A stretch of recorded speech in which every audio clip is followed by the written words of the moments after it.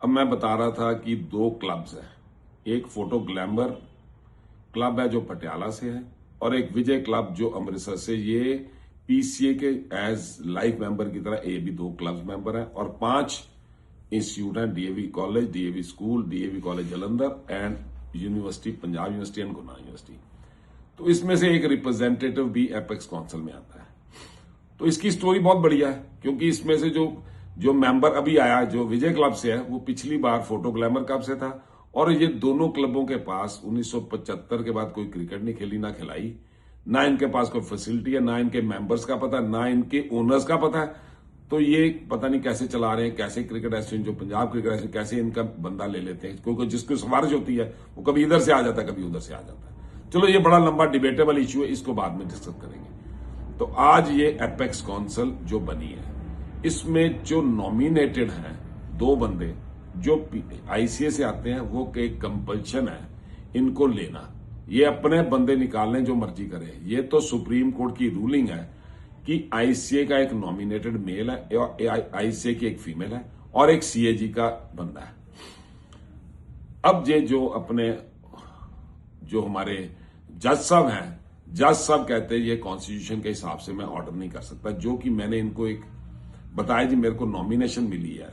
जो Indian cricketer association ने मेरा नाम नॉमिनेट किया 3 दिसंबर को और वो कह रहे हमें नहीं मिला, तो 9 दिसंबर को दोबारा मेल आ गई। तो जो अपेक्स काउंसिल है, जो ऑफिस बेयरर और अपेक्स काउंसिल है, ये है 16 बंदों की।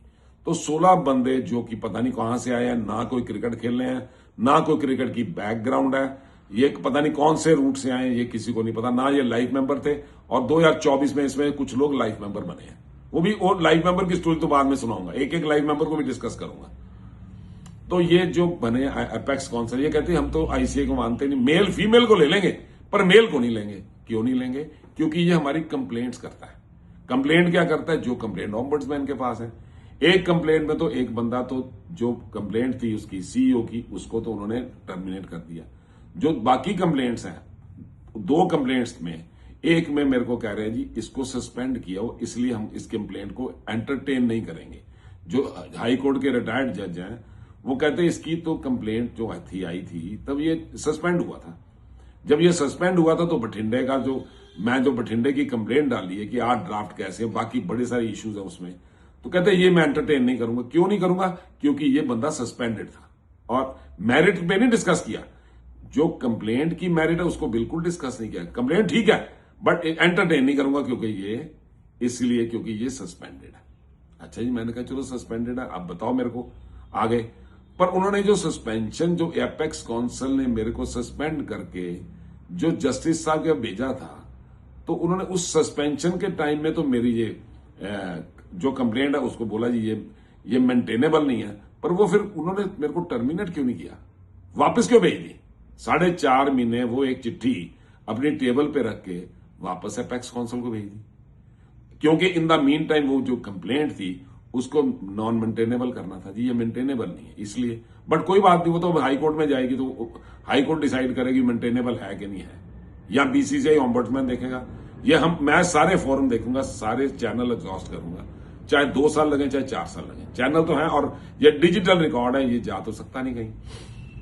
अब ये कह रहे हैं जी हम आईसीए की नॉमिनेशन नहीं मांगे। एक तो मेरे को सस्पेंड कर दिया है, दूसरे कहते आईसीए की नॉमिनेशन नहीं मांगेगी। मैं आपको इसलिए बता रहा हूं कि जो पंजाब क्रिकेट एसोसिएशन का कॉन्स्टिट्यूशन है, उस कॉन्स्टिट्यूशन की धज्जियां कैसे उड़ाई जा रही है। अपेक्स काउंसिल भी पूरी उड़ा रही है, वो दफा 302 वाला भी उड़ा रहा है, और वो जो अपने सो कॉल्ड अपने आप को कैबिनेट रैंक के मिनिस्टर हैं जो और प्रोफेशनल हैं वो भी उड़ा रहे हैं, और 5-7 जो वकील हैं वो भी उड़ा रहे हैं, और बाकी कुछ लोगों के नाम पता नहीं कहां कहां चल रहे हैं गवर्नमेंटों में, मेरे को नहीं पता, वो न्यूज में काफी कुछ चल रहा है। तो इसलिए ये सारे जो इश्यूज हैं ये अब मैं आपको एक एक करके बताऊंगा। अभी तो मैंने बताया ये जो बठिंडा लैंड स्कैम की कंप्लेंट थी उसको इन्होंने कैसे रफा दफा किया। ये रफा दफा इसको मैनेज कर सकते हैं, ये हाई कोर्ट भी मैनेज कर सकते हैं, पर सुप्रीम कोर्ट मैनेज नहीं होगी। मेरे को तो लगता है हाई कोर्ट भी मैनेज नहीं होगी, और बहुत सारी एजेंसीज भी हैं पंजाब में। अब तो बहुत सारी जगह जाएगा ये डॉक्यूमेंट, तो सब जगह चले गया, क्योंकि ऑलरेडी पॉलिटिकल इश्यूज बहुत सारे पंजाब में चल रहे हैं। तो इसलिए आज का दिन ये मेरा थैंक यू वेरी मच। अब मेरी कंप्लेंट 4.5 महीने में जसपाल सिंह जो रिटायर्ड जज है उन्होंने मेरी जो चिट्ठी वापस भेजी है, इस पे भी ये जवाब देने में 2 महीने लगाएंगे। ये मेरे को टर्मिनेट भी नहीं कर रहे और अभी कुछ कर भी नहीं रहे। Thank you very much. अगली कल सुबह दो वीडियोस और डालूंगा। अब मैं हर चीज को डिटेल में बताऊंगा। Thank you very much.